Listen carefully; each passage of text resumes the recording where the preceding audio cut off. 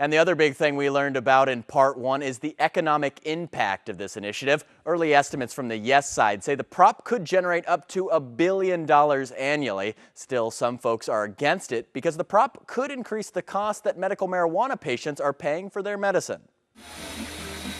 This is Jay Riquides. His company Fresh Chains makes keychains, pens, and pendants, among other things, all with replica cannabis inside.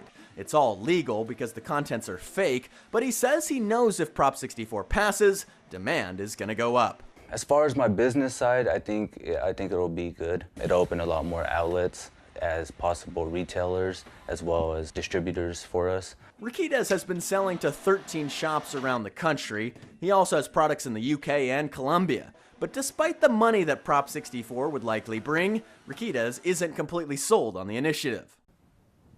In all honesty, I don't think Prop 64 is the way to go. Reason being, Riquides says he doesn't want Prop 64 to affect medical marijuana patients and how much they pay to get their medicine. Potential medical benefit. So we took these concerns to Nicole Lagner, a land use attorney who represents medical marijuana dispensaries like Green Acres. She says those are valid concerns, but believes California will keep adult use separate from medical use.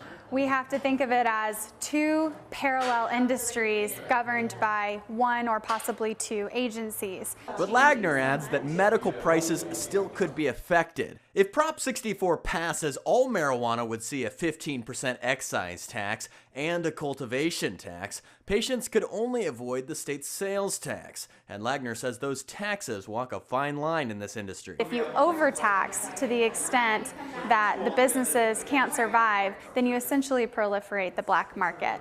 It's a complicated piece of legislation, Lagner says, and lots of people are still trying to figure it out before heading to the polls on November 8th.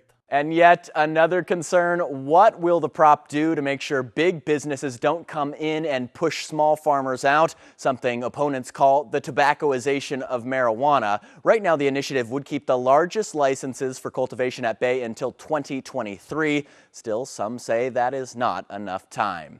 Back to you.